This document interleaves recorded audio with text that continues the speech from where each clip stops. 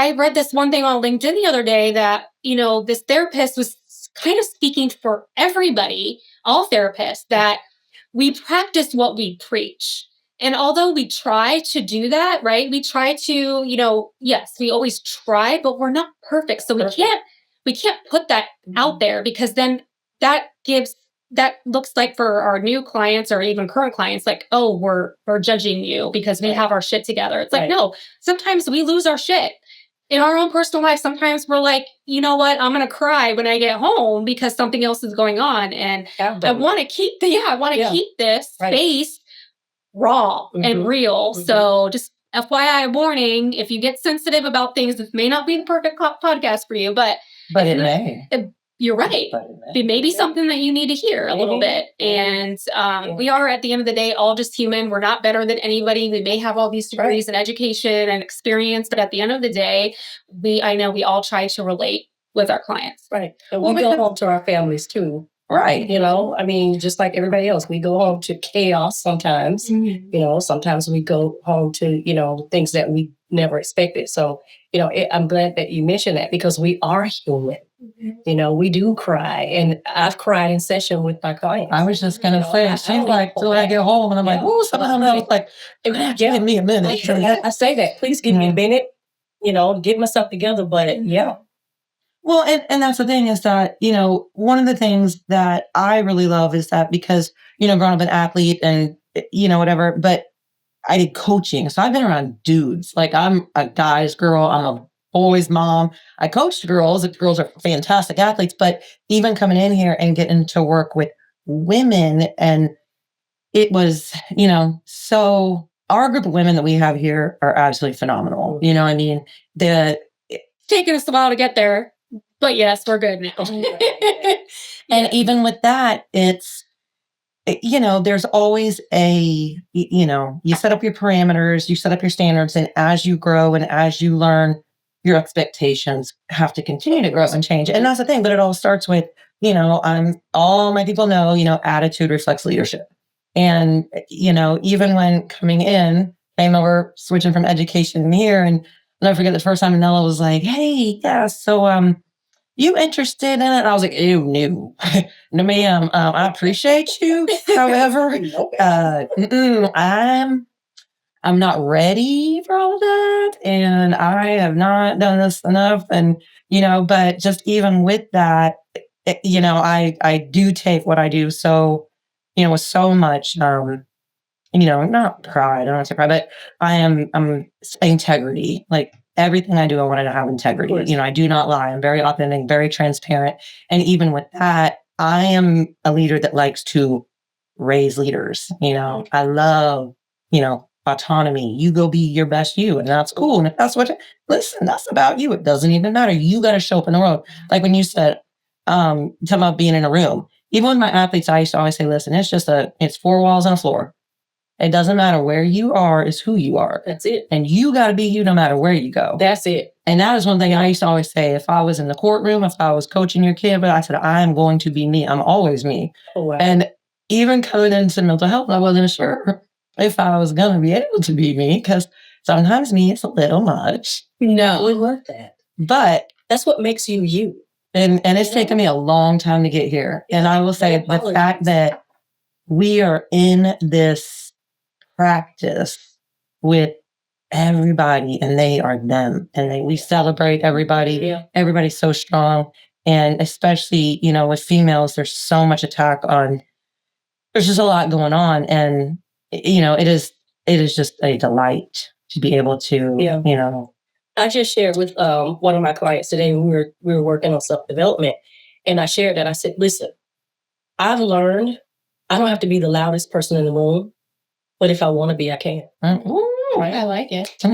And I've learned that, hey, silence is a statement, because I always thought that if I'm not, heard, then I'm not seen.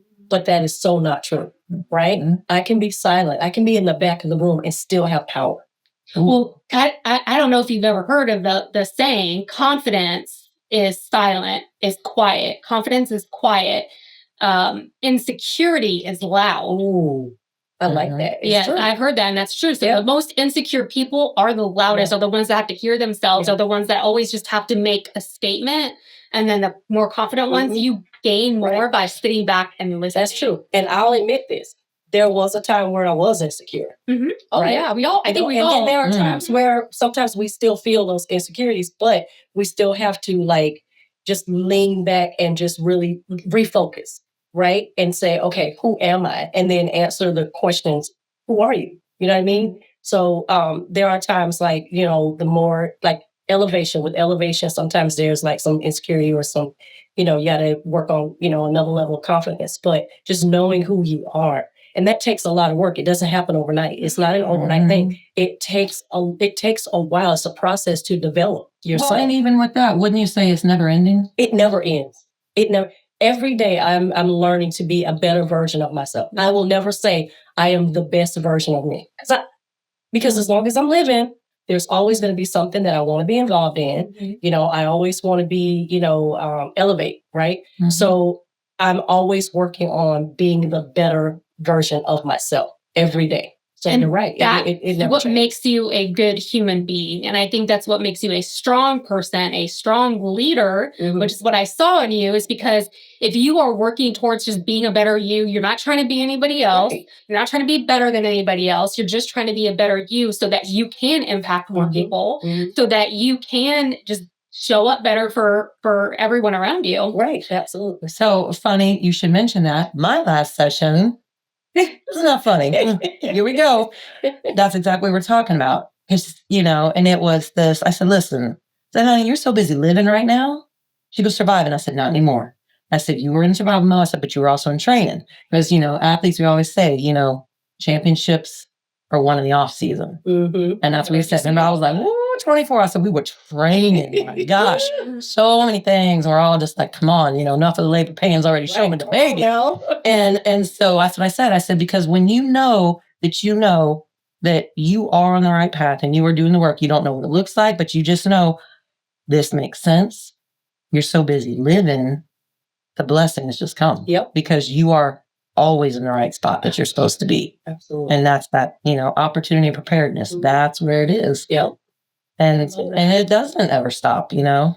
But it's interesting, and I'm gonna kind of piggyback on what you said, only because I taught this today. We were doing development in my psychology class, and we're doing psychosocial, Eric Erickson's. And you know, one of my favorite things with that, because that really resonated with me because I did this degree so much later and had just gone through a divorce and a single mom, and I was just like, I got to figure out how to not ever do this again. Like, what is going on? And, you know, and so that's the thing. We always talk about like physical development, cognitive development, like that's where we are. And so, and I love to bring in the psychosocial piece because it's like a lot of people only see behaviors because that's what you can see, you know. And I said, but nobody's really understanding why are these behaviors happening? And so, like, even when you talked about, you know, people being loud and, you know, we talked today about, you know, I said, and you've got these little broken babies that we're not, you know, there's no trust, there's no nurture, there's all of this stuff where you don't really understand who they are. They, you know, they're trying to navigate. We're all built on connections. And I said, so, you know, you hear people saying, oh, well, they're just attention seeking. I said, you damn right they are, because you're not getting it. Because again, there's no connection. And so they get loud. I had actually a client say to me, she goes, I feel like I am screaming in a box and nobody can hear me. And I said, well, let's go. Let's open the box. Let's open the box. Let's open the box. You know, and that's what I'm saying. So I tell my clients, I said, I learned so much from y'all. I said, you know, you just got to meet them where they are. And I said, oh my gosh, I've grown so much with them. And I said, you know, they make me a better person. You know, we learn from them. And sometimes they don't realize it too. Like, I've learned so much from my clients, their stories, their backgrounds, their, you know, the way they think and how there's just so much diversity out there, and hearing everyone's story, and it shapes who you are. And I think that's why it's so important, why therapists need therapists, because how are we going to understand, because we're in it, like, right, we're emotionally connected, just like that's why we can't be a therapist for a family member or friend, because we're emotionally attached. But when we hear these stories and we can connect in that way, it's amazing.